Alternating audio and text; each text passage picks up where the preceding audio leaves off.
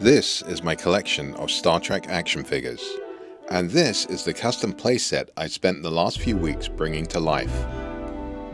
Today, we're diving into one of my all-time favorite Next Generation episodes, The Big Goodbye, where Jean-Luc Picard steps into the shoes of private investigator Dixon Hill. And now I get to build a piece of it. So let's get started.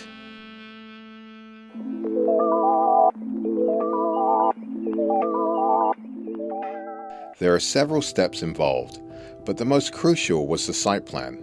The site plan primarily assists me with scale, helping me decide where props such as furniture and doorways should be located. It also lets me experiment with different room layouts before I commit to printing, helping me avoid wasted filament and time. Think of it as a dry run for the full build. I began modeling my Dixon Hill playset with the holodeck doors. They're such an iconic element of Star Trek, serving as the perfect gateway between reality and the holodeck simulation, really setting the stage for the adventure inside. I designed them with detailed computer controls, metal wall brackets, and the signature dual orange doors. I spent a good while picking the filament color.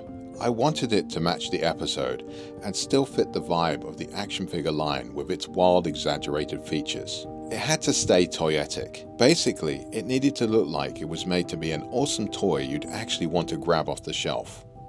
The holodeck door took about 4 hours to print, and honestly I'm really happy with the way it turned out.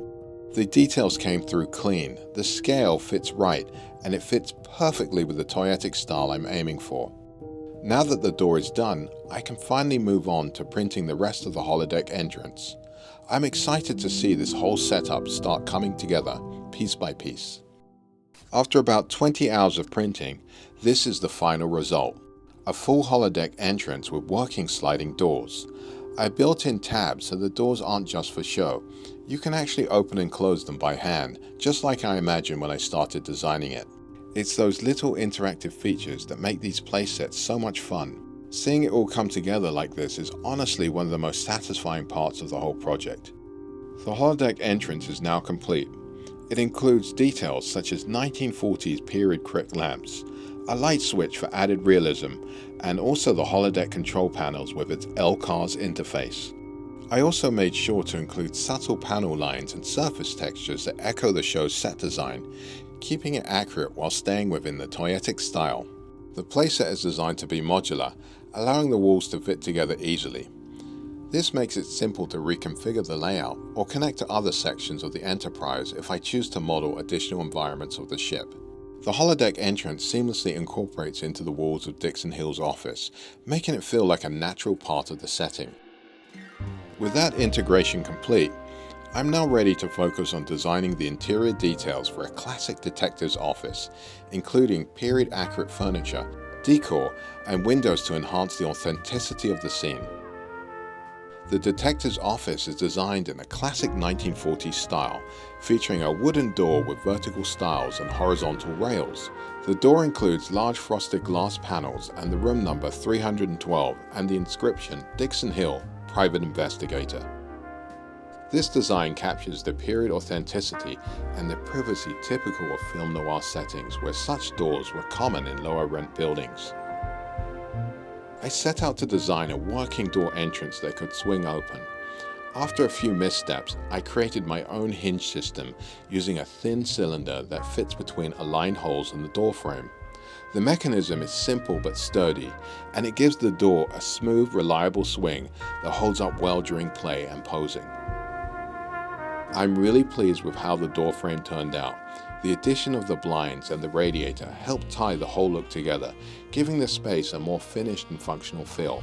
Together, they help establish the office as a believable workspace, not just a set, but a place where Dixon Hill would actually operate. I designed wall lamps and a picture frame in an Art Deco style. Using an AI art generator, I created a watercolor version of Chateau Picard, which turned out well. I printed the artwork on sticker paper and mounted it in a custom design frame to match the office's Art Deco aesthetic, a subtle nod to Picard's heritage. The walls were looking pretty plain, so I turned again to the AI art generator. I created a backstory for Dixon Hill for a fabricated news article highlighting a successful investigation, along with a photo from a daring race adventure, one of his high school baseball achievements, and a portrait of his parents.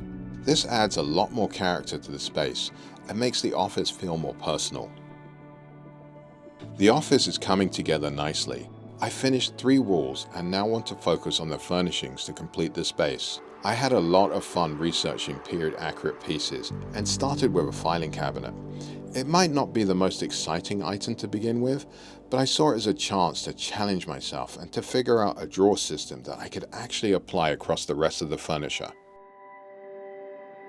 Next up, I modeled an Art Deco sofa and decided to use a cricket ball red filament to create a striking contrast that really pops against the green walls. Then I designed an Art Deco bookcase, complete with a copy of Moby Dick, a few Shakespeare classics, and the Three Musketeers. No private investigator's office would feel complete without a decanter and a pair of whiskey tumblers. They're small details, but they help set the mood and reinforce the atmosphere of a working detective space. With the side walls done, it was time to turn my attention to the back wall. This is where Dixon's desk sits, so I went back to the show's set design for reference. I recreated the trio of windows, each fitted with classic Venetian blinds, just like in the series. And beneath them, I added the cast iron radiator, another authentic detail that really helps ground the scene in its early 20th century setting. These elements give the space that gritty lived-in look you'd expect from a working detective's office. The centerpiece of Dixon's office absolutely had to be his desk. It's where the real work and storytelling happen in any detective narrative.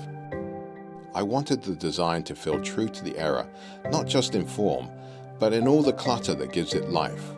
Building on what I figured out while making the filing cabinet, I gave the desk functional drawers with smooth slide-style action, adding a touch of realism. On top, I populated with all the essentials: a worn notebook, a blotter, a classic desk lamp, a rotary phone, a flip-style calendar, and a heavy crystal ashtray. Every piece was chosen to reflect both the time period and Dixon's no-nonsense personality. It's a working desk for a working detective. The chairs in Dixon Hill's office are sturdy mid-century designs, crafted from wood and upholstered in worn leather, embodying the practical, gritty essence of a 1940s hardboiled detective's workspace. I designed them with thick legs and scuffed surfaces to give them that rugged, well-used look. The floor lamp in Dixon Hill's office is a classic 1940s shaded lamp, casting a focused glow over his office. It's tall with a metal frame and a fabric shade, the kind of light that hums quietly in the background while mysteries unfold at the desk below. By the entrance, I added a tall wooden cupboard. Perched on top sits a frame of Dixon's sweetheart, a small but sentimental detail that adds a touch of heart to the room's otherwise hard edges. And that's the build. I'm really proud of how the Dixon Hill office playset came together. From the holodeck doors to all the little details that bring the 1940s vibe to life, it's been a real blast combining Star Trek with a classic noir setting and making something that feels right at home in the world of action figures. It's incredibly satisfying seeing these fictional worlds come to life in a tangible way. Thanks for joining me on this project. There's a lot more to come. So if you enjoyed this build, please subscribe for more upcoming content. And as always, live long and play on.